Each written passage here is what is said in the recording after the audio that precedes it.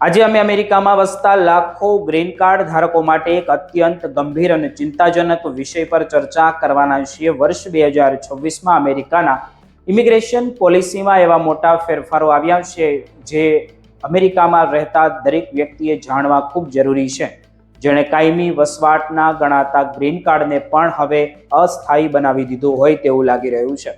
અત્યાર સુધી લાખો ગુજરાતીઓ અને ભારતીયો એવું માનતા હતા કે એકવાર જો ગ્રીન કાર્ડ મળી ગયું ને એટલે અમેરિકામાં તેમનું સ્થાયી થવું એ પાક્કું થઈ ગયું।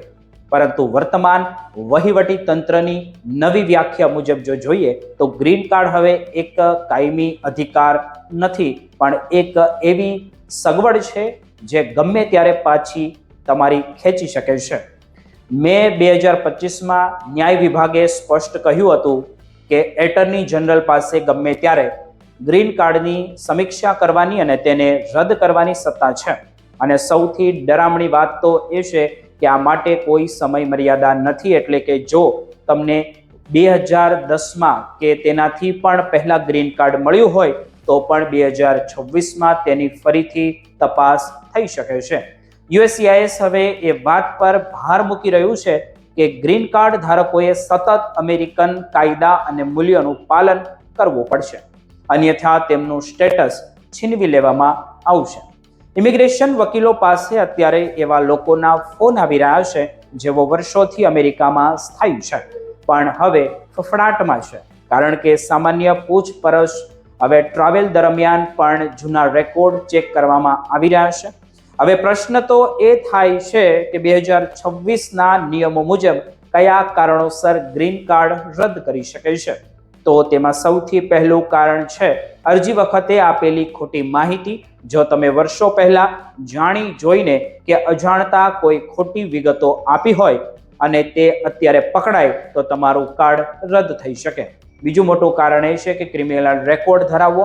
હવે માત્ર ગંભીર ગુના જ નહીં પણ 20-30 વર્ષ જૂના DUI એટલે કે દારૂ પીને ગાડી ચલાવવા જેવા કેસ પણ ફરી ખોલવામાં આવી રહ્યા છે। જો તમે એરપોર્ટ પર ઉતરો અને રેકોર્ડમાં જૂનો ગુનો દેખાય કે પછી ગેરકાયદેસર તમે ત્યાં રહો છો તો તરત જ ડિપોર્ટેશનની કાર્યવાહી હવે શરૂ થશે।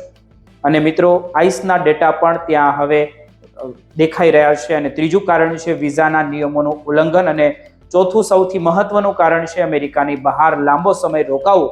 જો તમે રી એન્ટ્રી પરમિટ વગર 6 મહિનાથી વધુ સમય અમેરિકાની બહાર રહો છો તો એમ માની લેવામાં આવશે કે તમારું રેસિડેન્ટ છોડી દીધું તમે છે।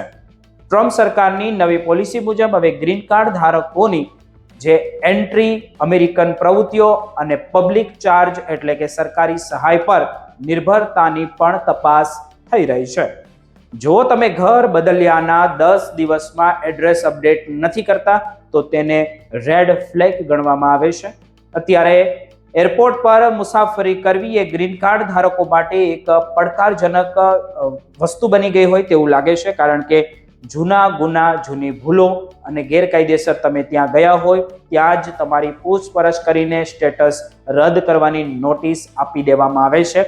આવી સ્થિતિમાં વકીલોની સલાહ લયા વગર કે ગ્રીન કાર્ડને હવે કાયમી દસ્તાવેજોને બદલે દર વર્ષે રિન્યૂ કરાવવા પડતા લાયસન્સ જેવું સમજો અને તમારા તમામ દસ્તાવેજો જેમ કે ટેક્સ ફાઇલિંગ અને રહેઠાણના પુરાવા તૈયાર રાખો। જે લોકો પાસે લગ્ન કે રોકાણ દ્વારા મળેલું જે કન્ડિશનલ ગ્રીન કાર્ડ છે તેમણે તો ખાસ સાવચેત રહેવાની જરૂર છે, કારણ કે સમય મર્યાદા ચૂક્યા તો સીધું સ્ટેટસ ટર્મિનેટ થઈ જશે।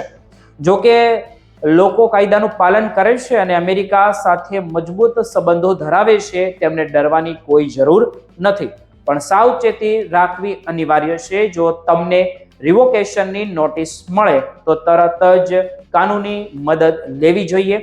મિત્રો, ચાલો ફરીથી મળીશું એક નવા વિડીયો સાથે। વિડીયો જોવા બદલ આભાર।